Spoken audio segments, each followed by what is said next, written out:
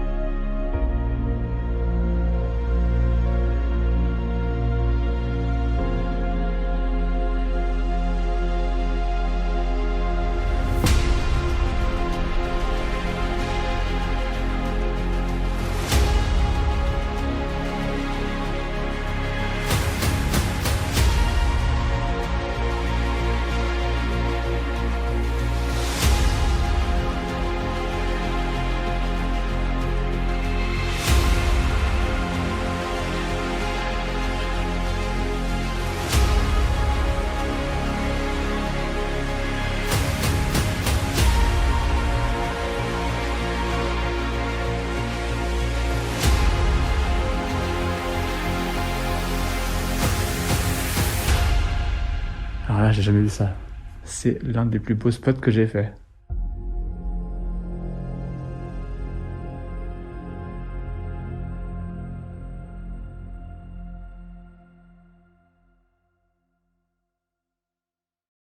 On est rentré dans un château abandonné.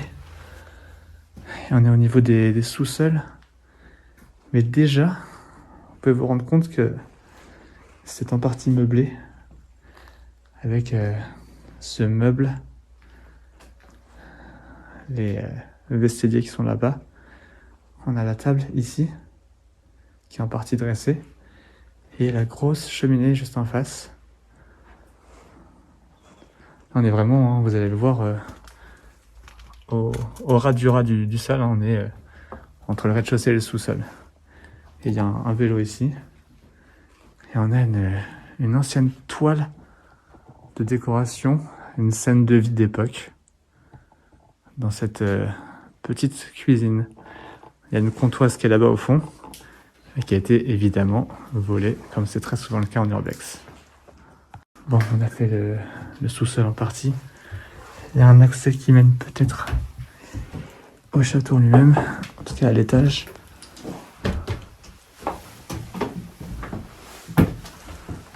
Ah ouais, ok, on est éblouis.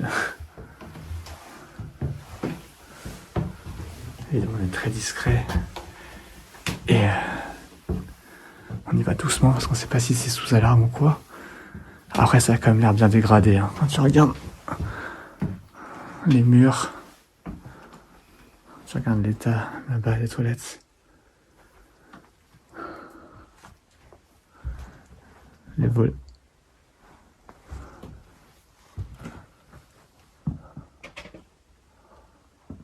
Waouh.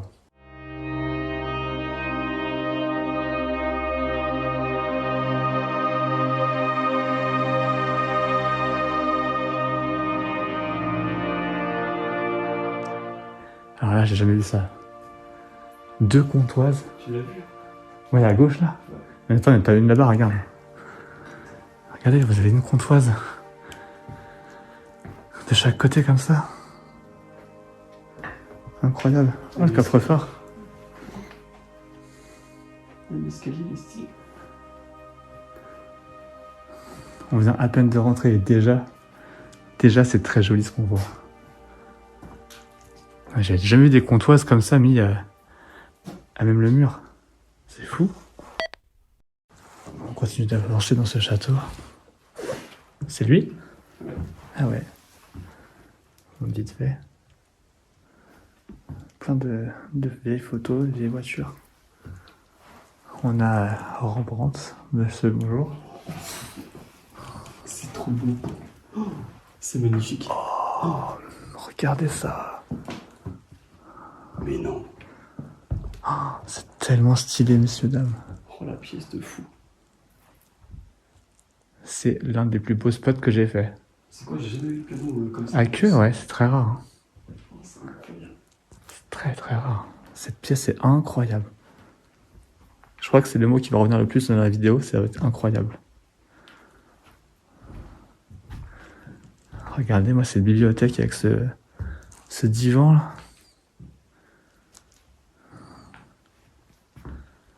Ce grand miroir. Non, franchement, c'est un truc de fou.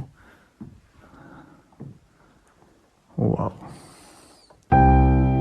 C'était la première fois que Dimitri et moi nous croisions un piano à queue dans un lieu abandonné. Un endroit magnifique, encore totalement meublé, où la vie semble s'être arrêtée du jour au lendemain. Évidemment, vous restez avec nous jusqu'à la fin de la vidéo car on vous donnera l'histoire de ce lieu et vous en saurez plus sur ce château abandonné.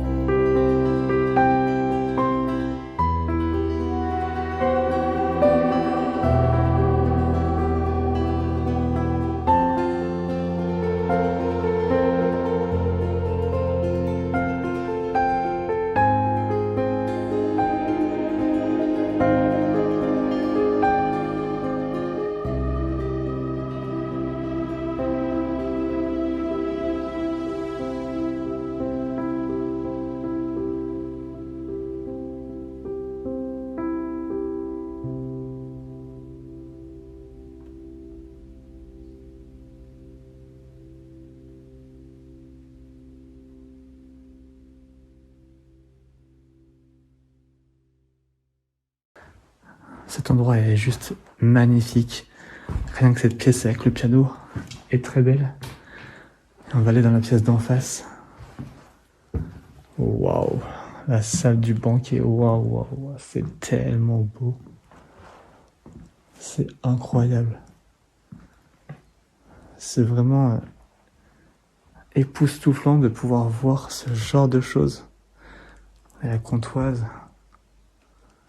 Vous voyez que les plafonds sont rongés par l'humidité, il y a de la moisissure. Peut-être de la mérule, je suis pas certain. Le lustre est très joli. On a un drapeau, c'est quoi, c'est polonais ça? Avec le sofa et le piano, il est tellement joli aussi celui-ci. C'est vraiment incroyable. Bon, en tout cas, je sais pas où est parti Dimitri, je l'ai perdu dans le château, il répond pas. Il doit pas être très loin. En tout cas, vous voyez derrière moi, hein, cette salle à manger est vraiment, vraiment magnifique. Tout ce qui se trouve dans ce château, j'ai l'impression d'être dans un musée, tellement c'est plutôt bien conservé. Pas tant que ça exploré, pas vraiment dégradé non plus. C'est vraiment une exploration incroyable. On va bien sûr continuer pour suivre ce rez-de-chaussée et monter aussi aux étages. Allez, on continue la visite par ici. On suit monsieur le châtelier. Ah ouais, une petite pièce. Ah mais oui, il y a encore un piano ici. On est juste à côté de l'entrée. On va aller aux étages après. Donc là, il y a encore un piano. Est-ce qu'il fonctionne celui-ci aussi? Ah ouais. Ok. Les lustres sont très beaux aussi. Hein. Incroyable. C'était vraiment magnifique. Hein. Allez, on va monter aux étages. Le rez-de-chaussée était vraiment incroyable avec toutes ces pièces encore meublées, tous ces pianos, mais surtout toutes ces comptoises dans chacune des pièces. Il est temps maintenant de monter au premier étage et d'aller voir ce qu'il nous réserve. On espère évidemment y trouver de belles chambres. On va monter aux étages. On suit Dimitri. Et on espère évidemment qu'il n'y a pas d'alarme quelque part. Ah, j'avais même pas vu qu'il y avait une porte ici. Ouais, bah tu loupes rien, je crois. Ah, ok. On est dans l'une des tours ici qui commence à prendre l'humidité. Vous le voyez, hein. Le plafond est en partie tombé.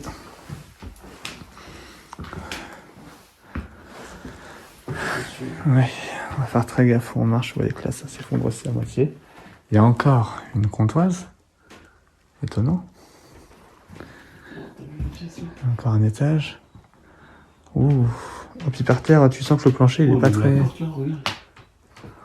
Ah ouais. Wow. Ouais, ça a pris cher, en effet. Est-ce qu'on peut voir ce qu'il y a derrière ou pas, quand même? Ah non. Ah, c'est bête, parce que ça avait l'air joli, en plus.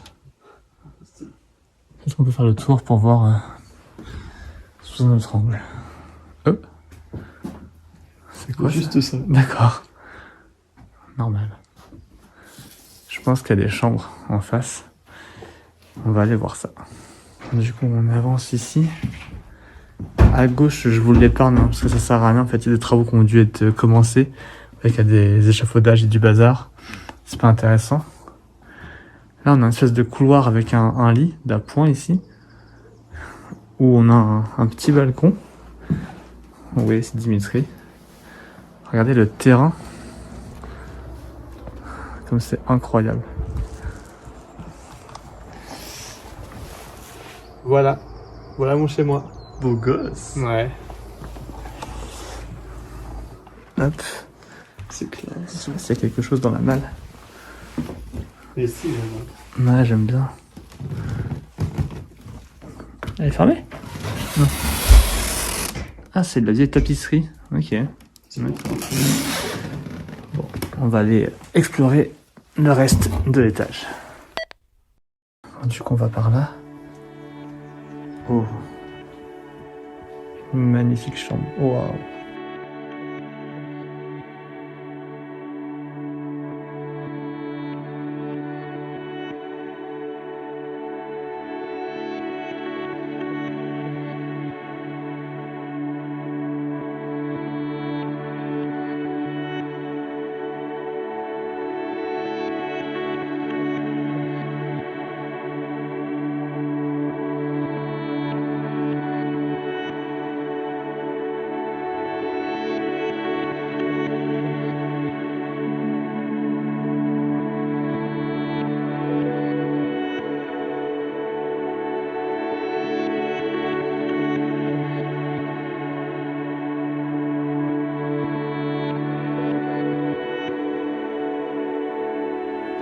Regardez ces fauteuils. Attends.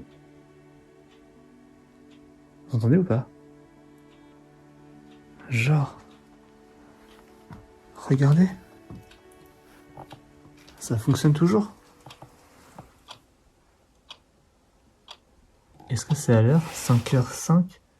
C'est à l'heure. Incroyable. Cette chambre elle est très jolie, hein. J'aime beaucoup ce mobilier vintage. Il y a juste une chose qui dénote, c'est ça. Qu'est-ce qu'ils ont foutu? Pourquoi ils ont mis une télé comme ça ici?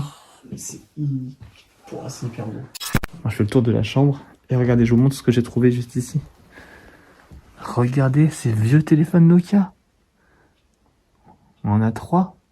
Alors on n'a pas le fameux 3310 malheureusement, mais on a des vieux téléphones Nokia. C'est fou. Avec le plafond, hein. Ça commence à être infiltré d'eau. On fait très attention où on marche aussi, parce que le plancher n'est pas forcément très stable partout. En tout cas, j'aime beaucoup le mobilier de cette chambre. Ce lit un peu à l'ancienne, et surtout cette espèce de salon vert avec l'ancienne cheminée. C'est très joli. Bon, du coup, on quitte cette chambre, on passe à côté. Ouais, ici, il y a eu quelques travaux qui ont été démarrés avec l'échafaudage qui est là. Il n'est pas content le monsieur là-bas. Regardez. Pas content. On a un vieux plan, mais je sais pas du tout où c'est. Ça, c'est des têtes de lit. Peut-être qu'il y avait un lit ici avant qui était positionné. Et l'ancienne salle de bain. Certainement. C'est beaucoup moins joli. Ah, avec le miroir. Salut. On va monter aux étages, là où est Dimitri. Bon, il est temps de se diriger aux étages supérieurs. On va prendre l'escalier. Hop. On va aller voir ça. L'escalier qui tourne. Hop là. Ok. Bon là on va pas y aller, parce qu'on est au-dessus de là où ça s'effondre tout à l'heure. Vous voyez que là, c'est là où tout s'est effondré. Je sais pas si vous voyez bien, mais on peut tout tomber ici. Là, qu'est-ce qu'on a par là? Ok. J'ai commencé à refaire la toiture. Vous voyez qu'il y a des ardoises qui sont entreposées ici. Bon, après, par ici, je crois qu'il n'y a pas grand chose à voir en vrai. Des plaques de polystyrène, certainement pour isoler. On a une pièce un peu de stockage avec un vieux fauteuil. Des documents administratifs. Et puis voilà, pas grand chose à voir en vérité. Donc c'est pas extraordinaire, effectivement, les pièces de l'étage. Mais je crois qu'il reste encore un étage, donc on va aller voir ça. Voir ce qui s'y cache. Bon, je suis monté à l'avant-dernier étage. Il n'y a évidemment pas grand chose à voir. On a du stockage de documents ici. Rien. Et une petite balançoire là, qui est accrochée à la poutre. Bon, je vais pas me mettre dessus pour pas tenter le diable parce que je sais pas si la poutre est solide, mais voilà. Je sais pas s'ils venaient s'amuser ici de temps en temps. Bon, on fait le tour la dépendance. On est tombé sur des chevaux en plastique, des faux. On a eu peur quand on a vu ça à l'entrée. Mais ah ouais. Wow. Mais quoi? Oh la vache. Ah ouais, c'est incroyable, regardez ça. Mais non. Alors pourquoi mettre des faux chevaux du coup? C'est un truc de fou. Alors, on avait déjà vu des calèches, mais autant, c'est incroyable. Derrière la dépendance, regardez ce qu'on retrouve encore. Cette espèce de calèche. Enfin, je sais pas trop en vrai ce que c'est. Dites-nous en commentaire. Est-ce que c'était tiré par un cheval ou par des bœufs ou ce genre de choses? Et à quoi ça pouvait servir en vrai? J'en ai aucune idée. Ce château, dont la construction date de 1860, est situé sur un terrain boisé de 9 hectares. Cet édifice de forme carrée dispose de 5 niveaux d'environ 100 mètres carrés chacun, sans compter l'espace disponible dans les 4 tourelles. Le premier propriétaire du terrain, avant que la bâtisse soit érigée, fut le sieur de la Bouexière en 1476. L'un des seigneurs qui a vécu ici exerçait la basse justice sur le bourg. L'un d'entre eux, célèbre, a été Gabriel de Montgomery, responsable de la mort du roi Henri II en 1559. Le château, actuellement possédé par un Suisse, a été acquis en 1996. Depuis, lui et sa famille y ont résidé. À l'époque du rachat, il envisageait de développer un parc équestre ainsi qu'un musée de calèches avec des promenades dans le domaine. Aujourd'hui, le château est à vendre 460 000 €, mais le coût des travaux à réaliser se chiffre à 1 million d'euros. En tout cas, voilà pour cette nouvelle exploration de ce château abandonné avec Dimitri. Très très beau château. C'était très sympa. Ouais. Magnifique, surtout au rez-de-chaussée, les étages sont moins jolis. En tout cas, si ça vous a plu, n'hésitez pas à vous abonner et à activer la petite cloche. Et puis à liker la vidéo, à la partager également. Je vous dis à très vite pour d'autres vidéos. Ciao!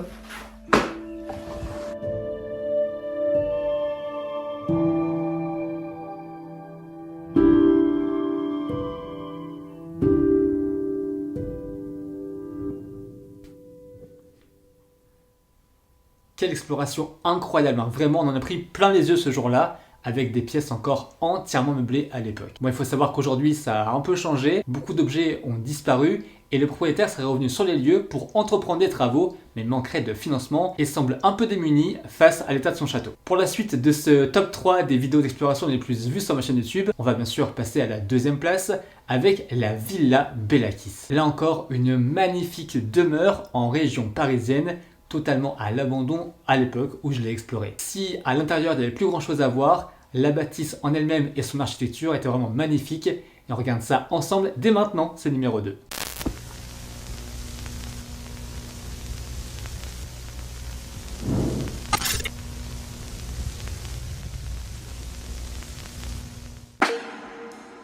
Nous sommes donc aujourd'hui en région parisienne pour aller à la découverte de cette demeure à l'architecture si particulière et remarquable, bien connue des amateurs d'urbex.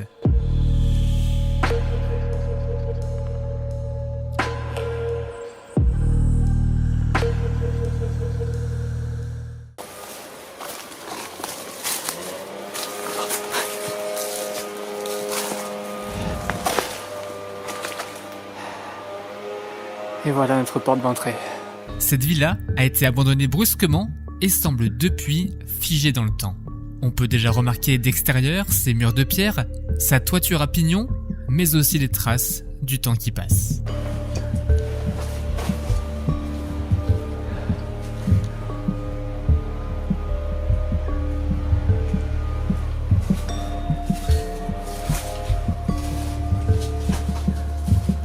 Bon, du coup, on va allumer.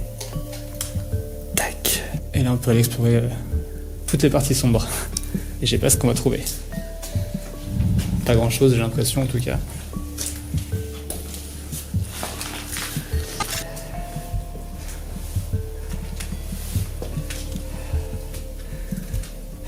Une cave à vin. Vide malheureusement. Ah, c'est muré. Ok. J'avais pas vu ça. Alors, ce que l'on sait de cette villa, c'est qu'elle a été commandée par un fabricant de corsets, un certain Monsieur Farcy, et dont la construction date de 1917 précisément et signée de l'architecte Sénéchal. Hop. Il y a l'escalier là-bas. La porte est ouverte. Il y a la grosse porte en métal. Bon. Il y a le vieil escalier qui est là. Elle est connue sous le nom de Villa Bellakis pour garder son adresse secrète, une appellation qui viendrait du nom du corset qui aurait fait la fortune de ce Monsieur Farcy. Merde.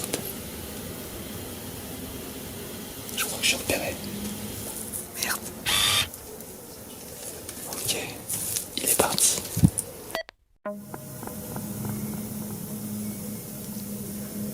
Bah, la porte est condamnée là, on peut le voir. Impossible de voir dehors. Ouais, là on peut voir, du coup. Ils ont mis les fenêtres pour empêcher quelqu'un de rentrer de l'extérieur. Ça bloque les panneaux en bois. Si aujourd'hui l'habitation est totalement laissée à l'abandon, elle appartient pourtant toujours à la famille Astourian, une famille de bijoutiers arméniens qui aurait quitté la villa précipitamment à cause de désaccords familiaux.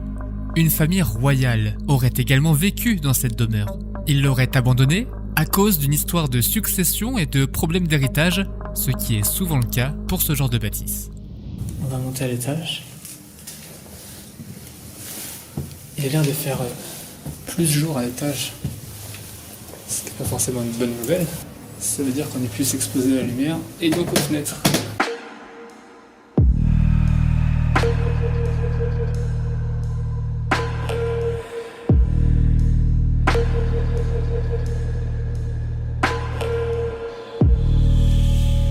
Il arrive que les maisons soient fréquemment squattées et visitées, en témoignent les dégradations, des vitres cassées, l'état des murs tagués par endroits ou encore des matelas retrouvés dans les pièces de cette villa.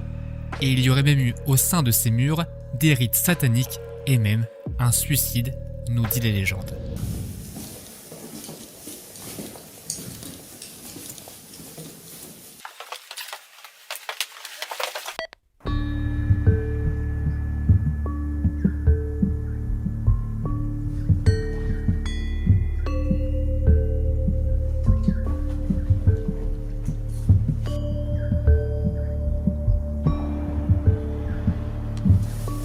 Retour à l'air libre. C'est le départ. La villa est donc chargée d'histoire et pleine de légendes, ce qui fait son charme et qui en fait aussi l'un des lieux convoités des amateurs d'urbex. Pourtant, on a pu le constater, à l'intérieur de cette villa, il ne reste malheureusement pas grand-chose. La Villa Bellakis, c'est donc la seconde vidéo la plus vue sur ma chaîne YouTube. Elle cumule plus de 8600 vues actuellement. Concernant cette villa abandonnée, elle ne l'est plus. Aujourd'hui, elle est en travaux et est en rénovation. Je crois même qu'il y a un compte Instagram pour suivre un peu l'avancement des travaux. Allez, il est temps de savoir quelle est la vidéo la plus regardée sur ma chaîne YouTube, la numéro 1 avec plus de 11 000 vues. C'est une discothèque abandonnée. Une exploration que j'ai faite il y a quelques années déjà, je l'avais faite d'ailleurs avec l'ancien DJ de la discothèque en question. D'ailleurs, ça avait été un peu un choc pour lui de voir la discothèque dans cet état. Voici donc la vidéo d'exploration la plus vue sur ma chaîne YouTube, direction cette discothèque abandonnée.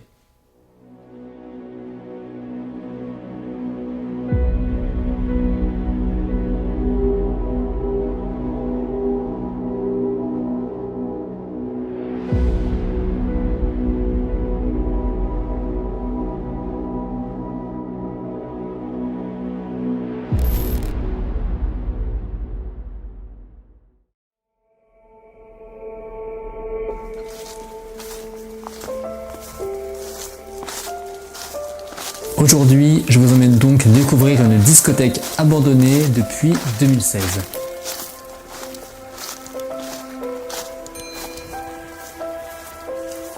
Pour cette nouvelle exploration, je ne suis pas seul, je suis accompagné de Clément et de Samuel qui tenaient à venir avec moi sur ce lieu. Ah ouais, le patio.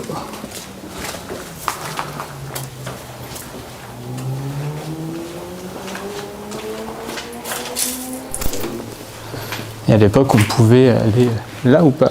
Ouais. Tu avais un repli en extérieur s'il faisait mauvais temps. Mais sinon, ouais, tu avais aussi des tables au milieu. Tu avais un petit bar extérieur. En effet, aujourd'hui, on explore une discothèque abandonnée et Samuel était l'un des anciens DJ d'établissement. Il voulait donc venir avec moi pour voir ce qu'il était devenu.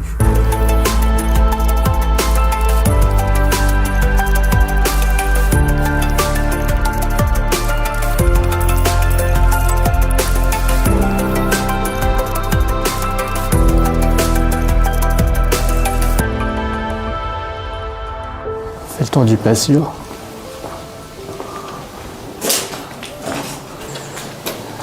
C'est quoi, toilette? Non.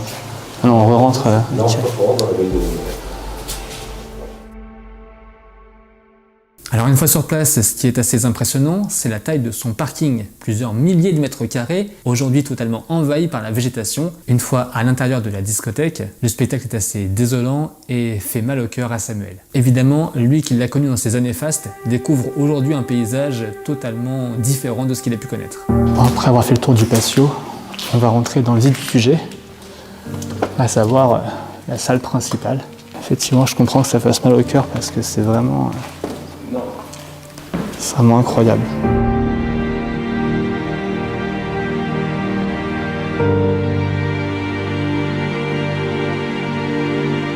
Donc là, je suis au milieu du bar, de la discothèque, et ça a été bien dégradé en seulement 6 ans, hein, puisque je rappelle que cette boîte de nuit est fermée depuis 2016 seulement.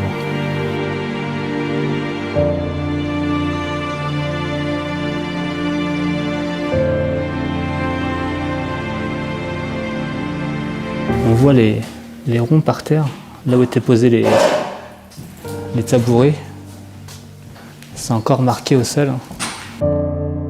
Alors ces discothèques avaient plusieurs zones, plusieurs salles. Une salle principale qui pouvait accueillir près de 800 personnes, une salle à l'étage secondaire de 300 personnes et un patio à l'extérieur avec des salons et un bar. Bon alors dans la salle principale, la grande salle au rez-de-chaussée, on a encore évidemment le bar qui est présent hein, puisqu'il fait partie des murs quasiment. On a aussi encore des cages pour danser, il y en a 3, elles s'appellent les Skydance, mais aussi des scènes disposées un peu partout. Elles sont au nombre de 4, des scènes qui pouvaient tourner à l'époque pour danser dessus.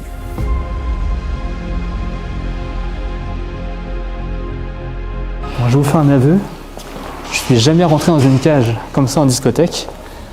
C'est l'occasion pour moi de tester. Ouh, attends, ça tourne ça? Et alors c'est incroyable, j'ai déjà gagné 100 € parce que j'ai un billet.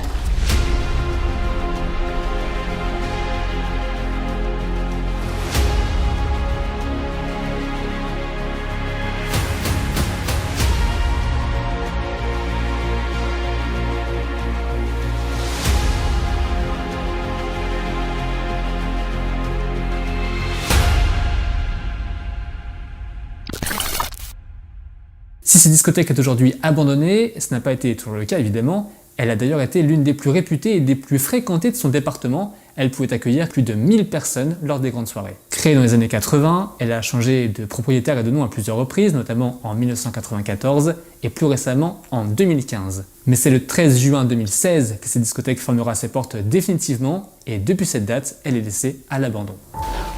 Bon, on va aller voir l'entrée. On a donc ici la caisse. Là, c'est la porte d'entrée. On peut le constater, ça a été barricadé. Là, on a le vestiaire.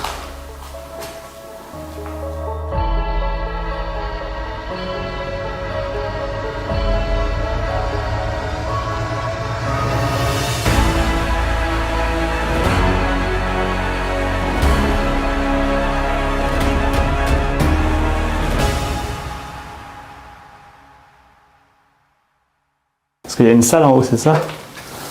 L'ambiance. T'as un bar normalement qui est à droite, ça va pas changer. Et là en face. Il est en face le bar. Bon là, faut s'imaginer qu'à la place du bordel qu'il y a là et de la bouteille d'eau, c'était des platines. Des platines. Vinyle ou pas? Oui, il y a eu des À mon époque, c'était vinyle. Il y a deux en vinyle, ouais. Célibataire, bracelet jaune en couple néo-pen, bracelet bleu en couple et bracelet vert, sexe intention. On n'a pas la date de cette soirée célibataire, sinon on y serait allé. Hein. C'est là où tu as rangé les CD, les vinyles. Et à l'époque, ça se fait plus aujourd'hui, mais on terminait la soirée par ça. C'est ça. Des slows.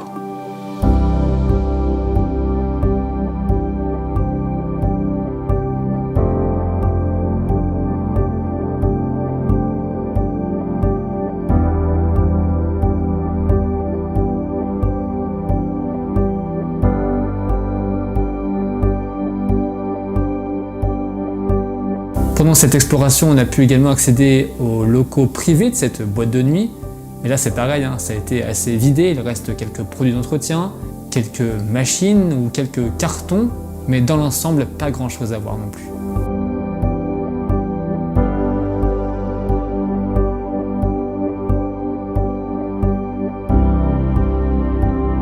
On a tous les cartons des systèmes son de la boîte. Évidemment, les cartons sont vides. KL. Kevin Lecomte. Cette boîte était pour moi en fait. En tout cas, l'état global de la discothèque ne laissera pas indifférent Samuel, l'un des anciens DJ qui voulait venir avec moi découvrir ce lieu à nouveau. Cela fait 6 ans qu'elle est abandonnée et on ne sait pas vraiment pourquoi elle a été fermée d'ailleurs, ni ce qu'elle va devenir ou bien même si elle est à vendre. On n'a trouvé que très peu d'informations, que ce soit sur place ou sur internet. Espérons en tout cas que ce lieu puisse trouver une autre vie dans les mois et années à venir, avant qu'il ne soit trop tard.